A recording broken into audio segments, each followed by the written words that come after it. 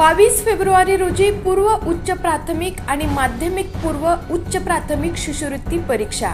नमस्कार, मी Jayashree Sonawane, blue storm TV news मध्ये आपलं सर्वांचं स्वागत आहे आणि ही बातमी आहे नागपूर शहर प्रतिनिधी शुभम गणवीर यांच्याकडून। महाराष्ट्र राज्य परीक्षा परिषद द्वारा आयोजित पूर्व उच्च प्राथमिक इयत्ता 5वी आणि पूर्व माध्यमिक इयत्ता 8वी शिष्यवृत्ती परीक्षा ग्रामीण आणि शहरी भागातील हुशार विद्यार्थ्यांमध्ये शैक्षणिक स्पर्धा व गुणवत्ता वाढवण्यासाठी घेण्यात येणारी एक महत्त्वाची राज्यस्तरीय परीक्षा आहे।